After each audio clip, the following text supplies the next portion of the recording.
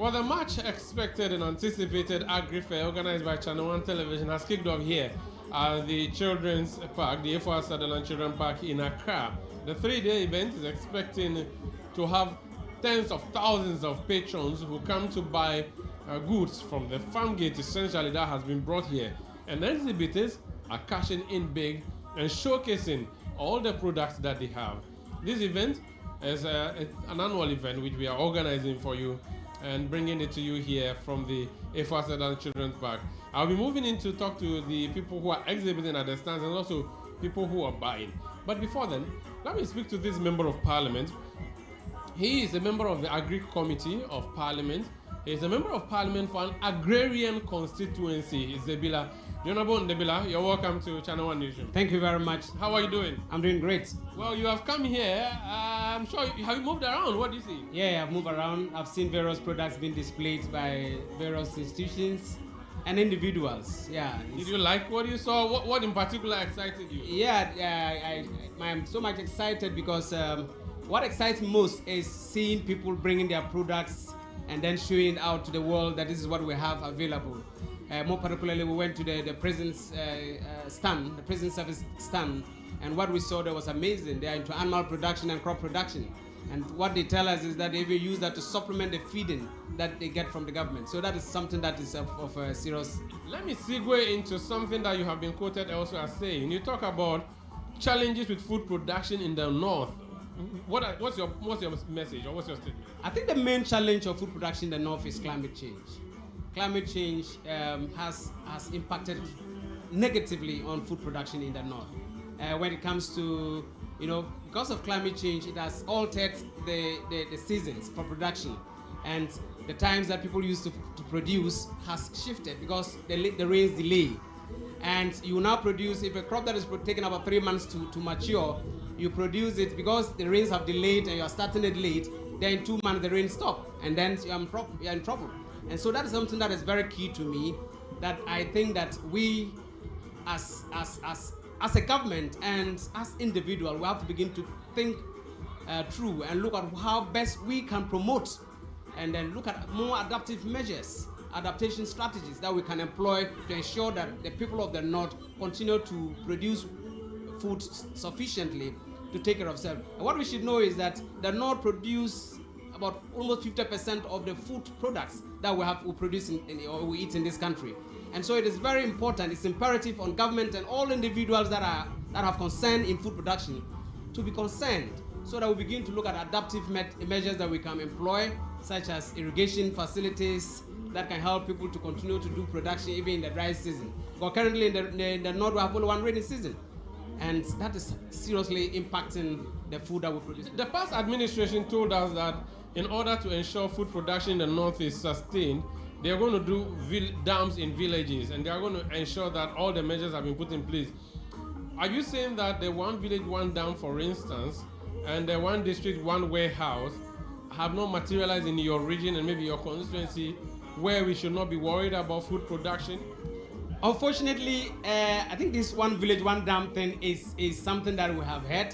It hasn't actually, I've not actually seen any meaningful dam. I'm just trying to paraphrase the words of the former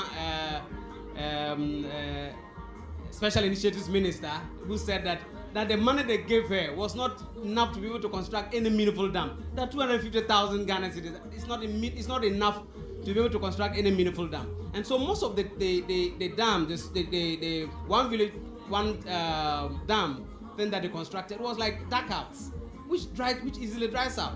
In fact, when the rain stops, within less than a month, and then the whole place is dried up. And so that I don't see that one as a You are a member of this government, this Mahama government. What should he do to solve the climate issues arising from the north so that we have food production to the maximum? Yes, so that is why this government, realizing this serious challenge, is adopting what we call the Valley for dry season, supporting communities to have mechanized boreholes that will promote dry season farming. That's a very key challenge. That's a very key strategy that will help in bridging the gap such that people will have regular water to produce even in the dry season. It is also very key that we're also introducing what we call the mechanized district irrigation program that is going to help in drip irrigation. It will help communities have drip facilities that will help them to continue to produce even in the dry season. All these things are going to help in continuous production, not just one off season, but a continuous production. But not only that one, we're going to have the farmer centers,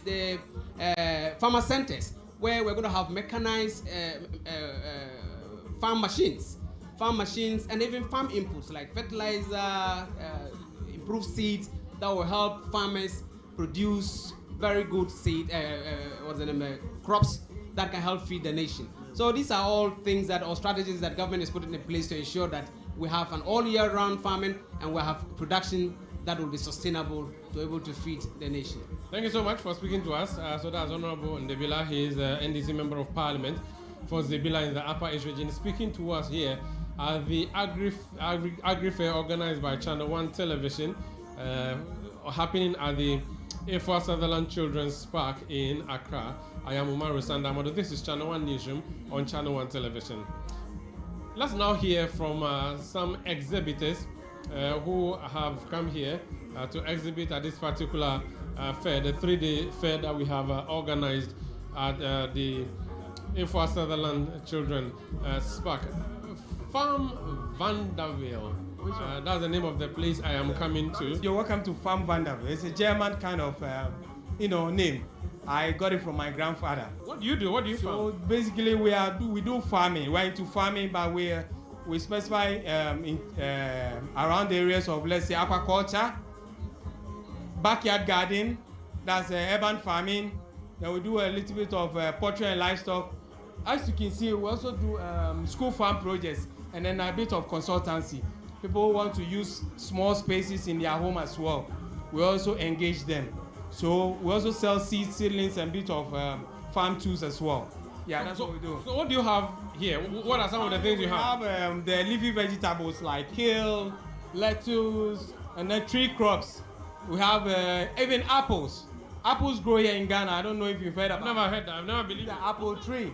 So I can plant this in my house? Of course. And we have strawberry as well. Oh, really? So, yes, strawberry also grows here in Ghana. And then when you come towards this side, you have the seeds. So every seed you need from the, like vegetable seeds, we have them as well. Cabbage, carrots, herbs and spices. All the leafy vegetables we have here as well. So are you suggesting that I can have a strawberry plantation or an apple plantation here in Ghana? Yes, you can definitely have it in here in Ghana. It's been tropicalized. We brought it from Kenya. But how has patronage been for you here? For today, it's been great. It's been great. I think the awareness and then the advert went on so well on TV and then on radio.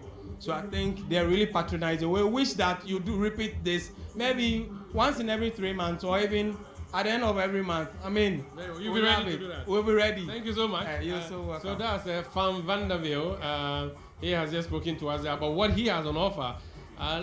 For more extensive coverage of the Agri Fair, let me cross over to my colleague Nilati Lati, who has a summary of the day's event for us.